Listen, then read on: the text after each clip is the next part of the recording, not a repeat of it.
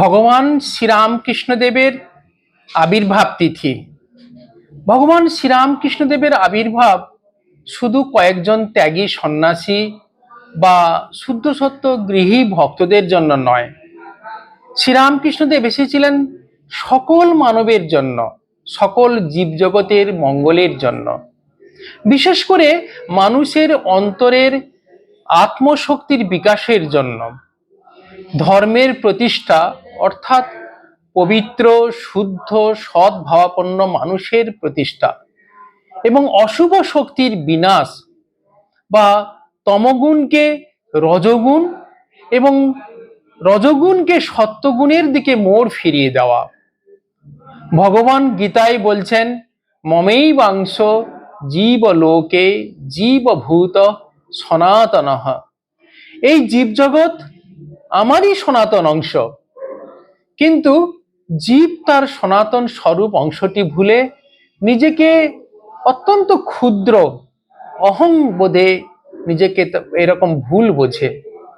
তাই ঈশ্বর অবতার রূপে আবির্ভূত হয়ে মানুষকে এই কথাটাই শিক্ষা দেয়, প্রত্যেক মানবের মধ্যে যে অন্তর্নিহিত দেবত্ব আছে তারই প্রকাশ করাই মানব জীবনের উদ্দেশ্য, এবং সেই উদ্দেশ্যেই কর্ম করাই হচ্ছে প্রকৃত ধর্ম।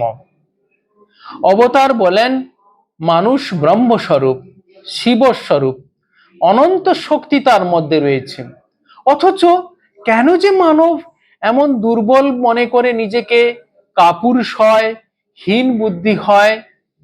তার কারণ অজ্ঞানতা, অবিদ্যা, অহংকার এবং আকাঙ্ক্ষা, লোভ, ক্রোধ তাকে মোহ করে দেয়। শ্রীরামকৃষ্ণ বলছেন, একটু ইচ্ছা করলেই মানুষ তার এই অন্তর্নিহিত দেবত্বের বিকাশ করতে পারে, অথচ মানুষের মধ্যে সেই প্রবৃত্তিই আসে না। শ্রীরামকৃষ্ণ সহজ করে বলছেন, ঈশ্বর লাভই মনুষ্য জীবনের উদ্দেশ্য, এবং মানুষ নিজেই নিজেকে সেই ঈশ্বরের পথে নিয়ে যাবে। নিজেই নিজের বন্ধু, নিজেই নিজের শত্রু। বি ইয়োর ওন গুরু। ঐহিক অর্থাৎ জড়বিজ্ঞান এবং আধ্যাত্ম বিজ্ঞানের সমন্বয় করতে হবে।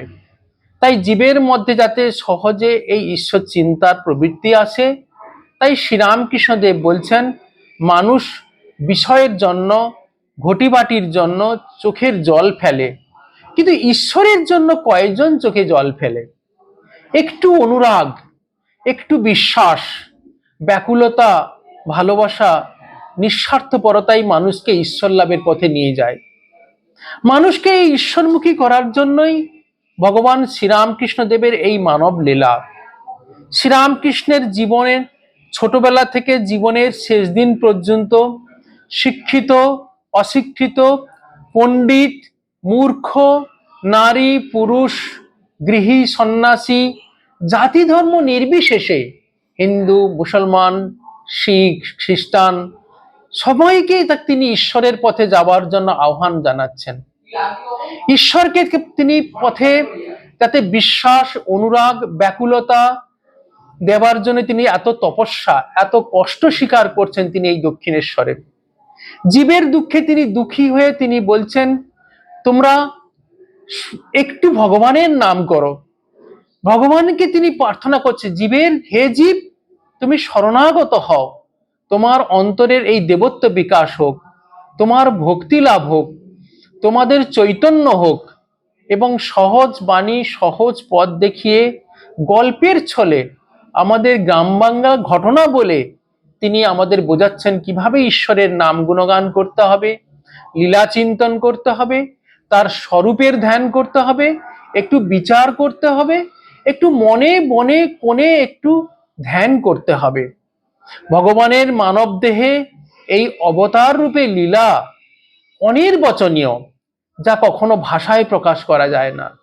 শ্রীরামকৃষ্ণদেবের সঙ্গে সেই লীলা সঙ্গিনী দেখুন, জগজ্জননী শ্রী শ্রী মা সারদা দেবী।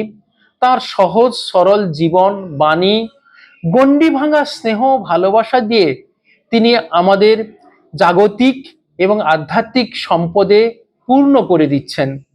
ভারতের সনাতন আধ্যাত্মিক সম্পদ বেদান্ত বাণীকে সারা বিশ্বের মানুষের কাছে পৌঁছে দেওয়ার জন্য তিনি সেই সপ্তর্ষি মণ্ডলের শ্রেষ্ঠ ঋষি নররূপী নারায়ণ স্বামী বিবেকানন্দকে তাঁর লীলা সহচর রূপে নিয়ে এসেছেন। তিনি আরো তার সঙ্গে কত লীলা সহচর গৃহী সন্ন্যাসী সকলকে নিয়ে এসেছেন এই জগতের কল্যাণের জন্য, মানুষের দুঃখ দূর করার জন্য। তাই ভগবানের লীলা সাধারণ মানুষের কাছে ধারণা করা অসম্ভব। ভক্ত গিরিশ ঘোষ এই কাশীপুরে কল্পতরু দিবসের দিনে তিনি বলছিলেন যে ব্যাস বাল্মীকি স্বয়ং তারাই আপনার অবতারের বর্ণনা করে ইয়াত্তা করতে পারেনি, আমি তো সাধারণ মানুষ, আমি আপনার সম্বন্ধে কি বলবো। তার এই বাণী শুনে ভগবান শ্রীরামকৃষ্ণদেব তিনি আশীর্বাদ করেন যে তোমাদের চৈতন্য হোক। সেই আশীর্বাদেই তাদের সকলের ব্রহ্মজ্ঞান লাভ হয়েছিল সবার সেই মুহূর্তে। তাই অবতারের সমগ্র জীবনের এই লীলা অতি মনোহর, মর্ত লীলা মনোহরা। এই লীলার ভিতর দিয়ে তিনি মানুষকে ভগবানের প্রতি তার প্রেম ভক্তি আত্মজ্ঞান লাভের শিক্ষা দিচ্ছেন। আমরা যদি ভগবান শ্রীরামকৃষ্ণ দেবের জীবন লীলার দিকে দৃষ্টি দেই, দেখতে পাবো তিনি কত সহজ সরল, কত মধুর তার জীবন। অতি সহজভাবেই তিনি যেন আমাদের ধরা দিতে চান। তিনি মাস্টারমশাইকে যেমন বলেছিলেন, আমাদের সবাইকে বলছেন তোমরা আবার এসো আমার কাছে। কোথায় কে আছিস আয়, আমি যে আর থাকতে পারছি না, আমার হৃদয়টা যন্ত্রণায় ফেটে যাচ্ছে। জ্ঞান ভক্তি প্রেম ভালোবাসা এই ব্রহ্মজ্ঞান দেবার জন্য তার হৃদয় ফেটে যাচ্ছে। আসুন আমরা তার এই সহজ সরল বাণী, এই তার জীবন বাণী অনুধ্যান করে আমাদের এই জাগতিক ঐহিক আধ্যাত্মিক এবং উভয়কে আমরা পূর্ণ করে তুলি। জয় শ্রীরামকৃষ্ণ, জয় শ্রী শ্রীমা, জয় স্বামীজি।